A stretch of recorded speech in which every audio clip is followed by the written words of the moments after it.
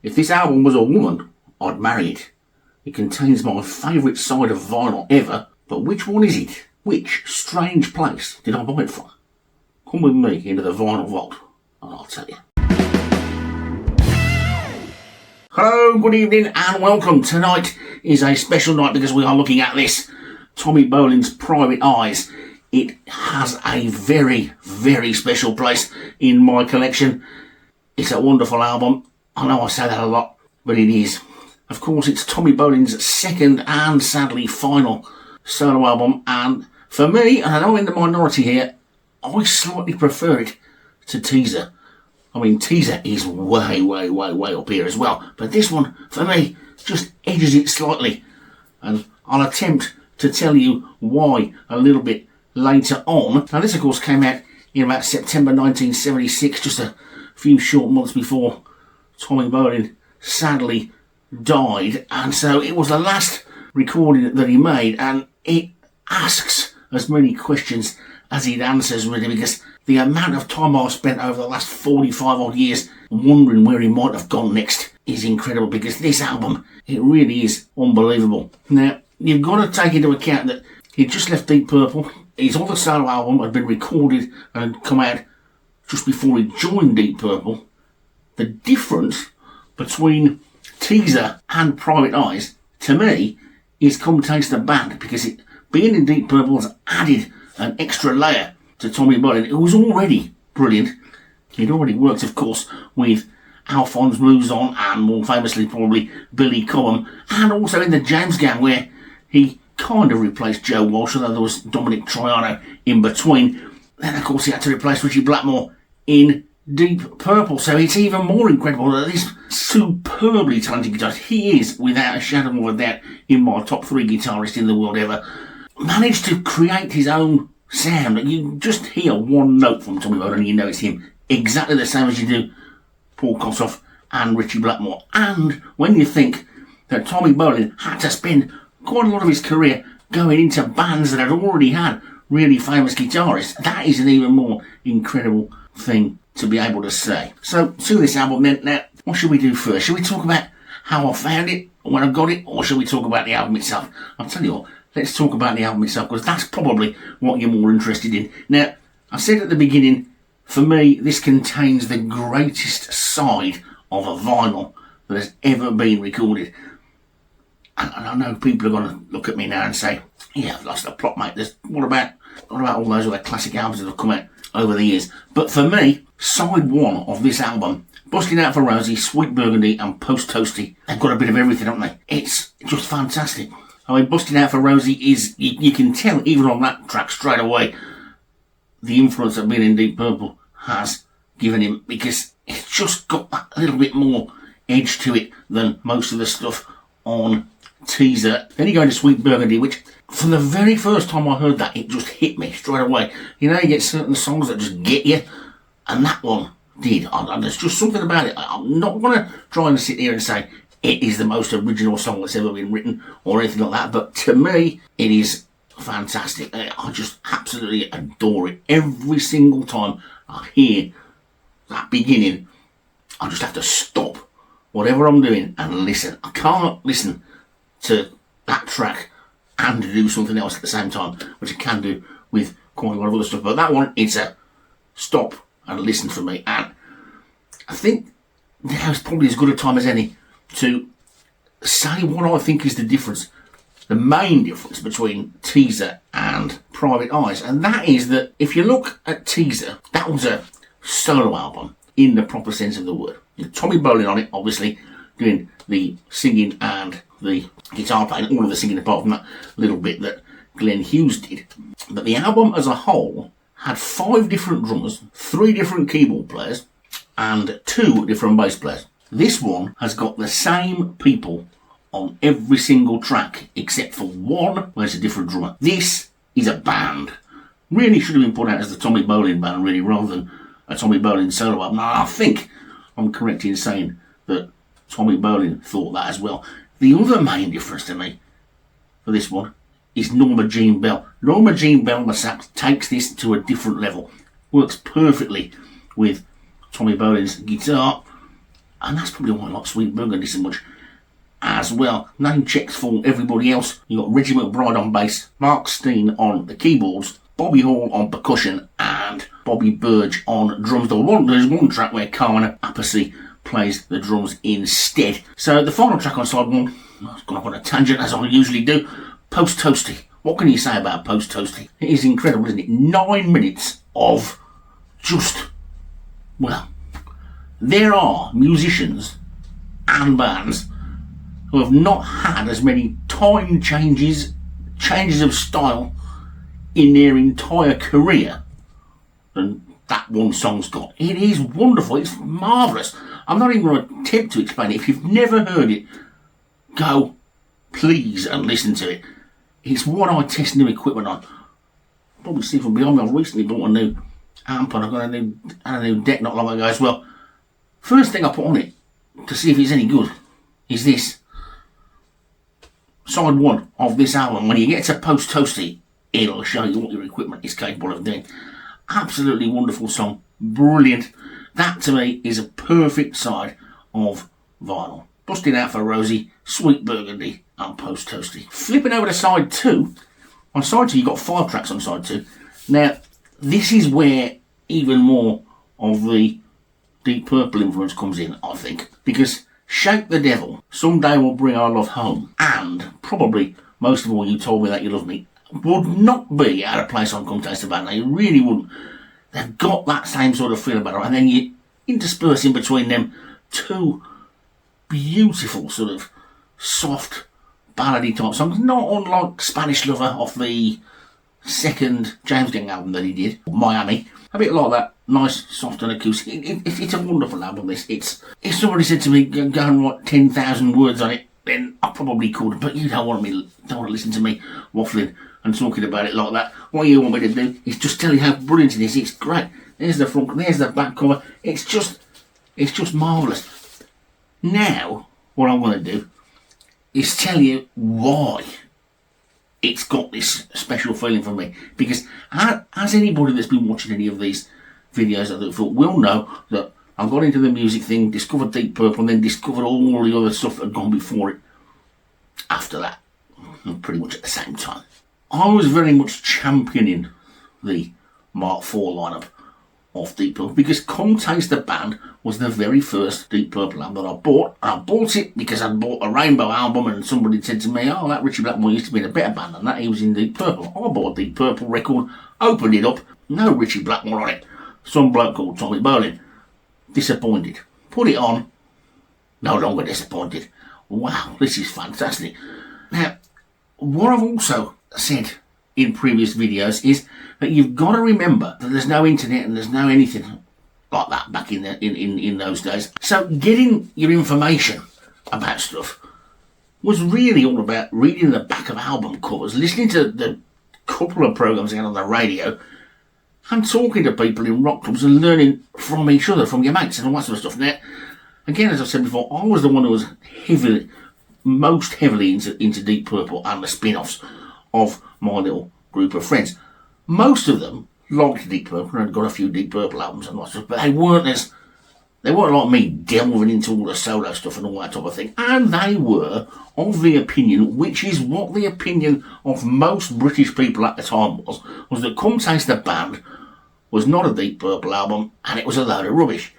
And they hadn't enjoyed the tour, those that had been, they'd said the band were awful, and they didn't want to know, basically, which made me like it even more. Anybody who knows me will know that would have made me like it even more.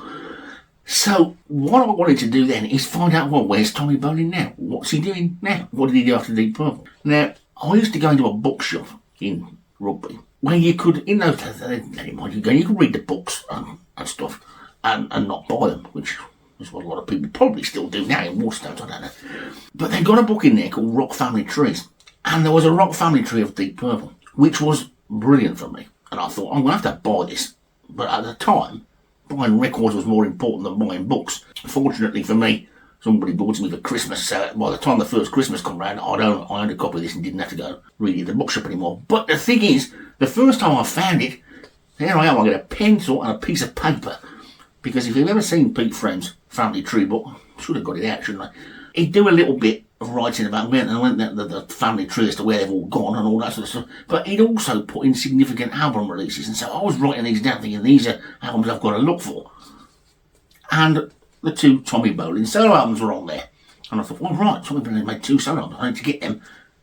Then, now imagine this, I'm in a shop, it's a bookshop.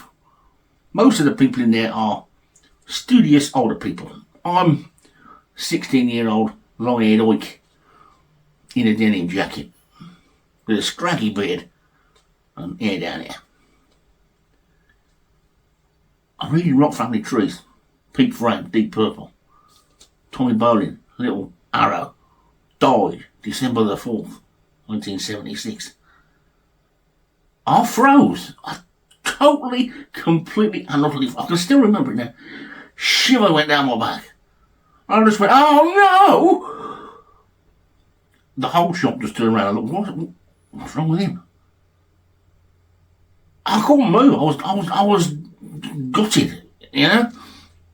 Because Come Taste the Band meant that much to me that I thought I'd got all of, I say all that time, it was only 1980, but as I said before, 1976 to 1980 was 100 years in those days, especially to somebody of the age that I was. And now all of a sudden I'm finding out that I can't find out what band he's gone into next because there isn't one. And Teaser and Private Eyes, at that point I hadn't got, went straight to the top of my list of these are albums I've got to find. Now, I couldn't find them. They weren't in the shops. Don't forget, I'm in the UK. Tommy Bolin is American, of course. Probably his solo album sold better in America. It wasn't all that popular in Britain at that time. Fortunately, that's been put right now. People have come to their senses in the last 30 odd years and realised how good he was. And so most places probably never stopped his solo. Certainly probably didn't stop this one. The first one, which had a new guitarist of Deep Purple sticker on it, they probably did. But not many. And they hadn't got any. The people that did buy them probably realised how good they were and were never going to sell them. So I went round every single shop in that town. And in those days, there's a good 10 places at least where you could buy records because all of them, but some of the places that don't exist anymore, like Woolworths, sold records. There was a place called Waggery's the Chemist. There was Carvel's the furniture shop. They all had record departments.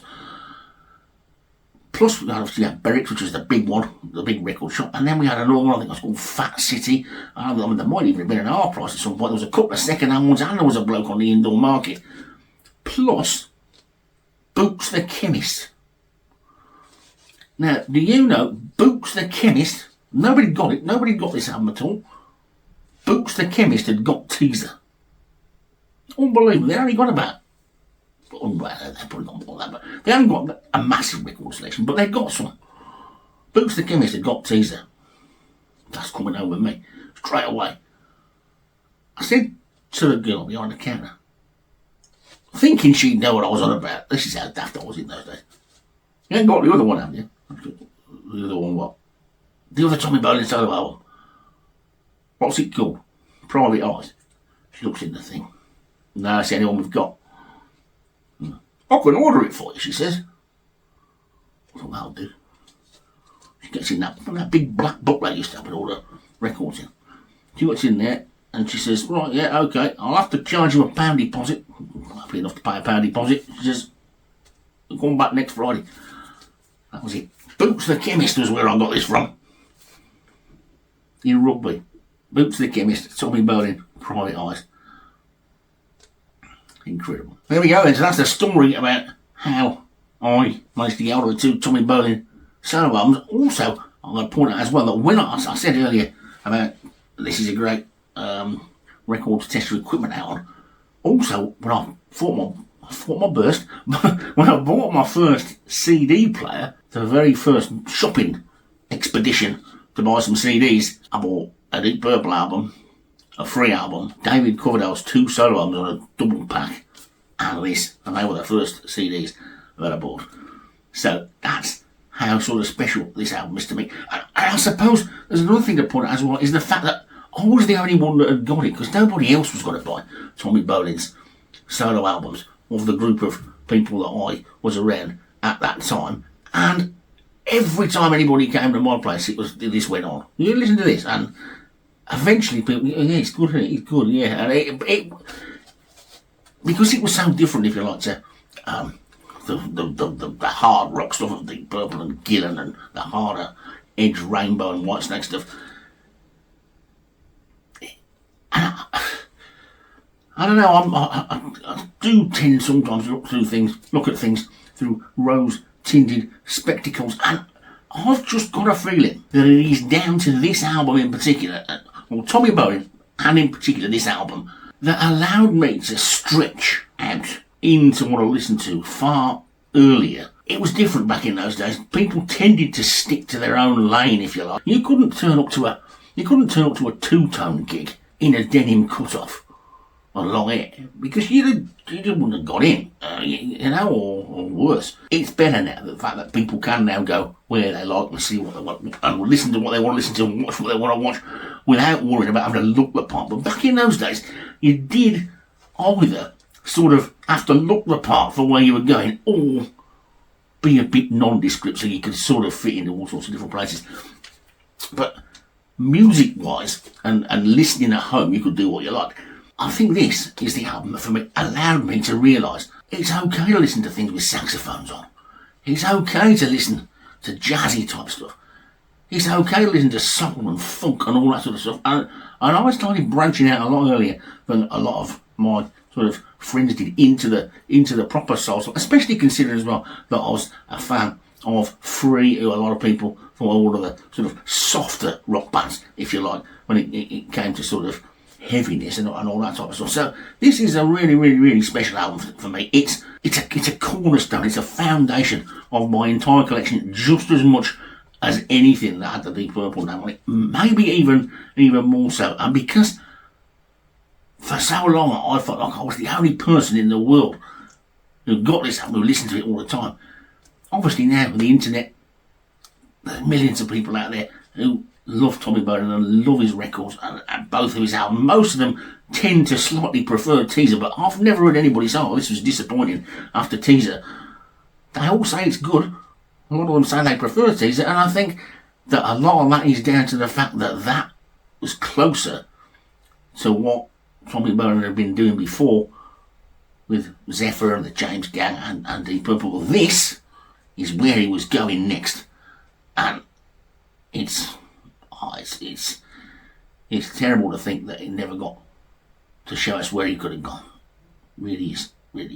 Two of my favourite guitarists, Paul Cottle and Tommy Bolin, both dying in the same year and so young, and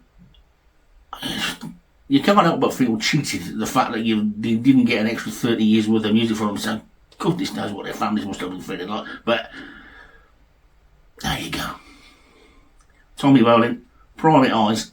It is one of my most prized possessions. It's just an ordinary sort of UK issue. It's probably worth about £3, but if my house was on fire, this would be one of the ones I grabbed.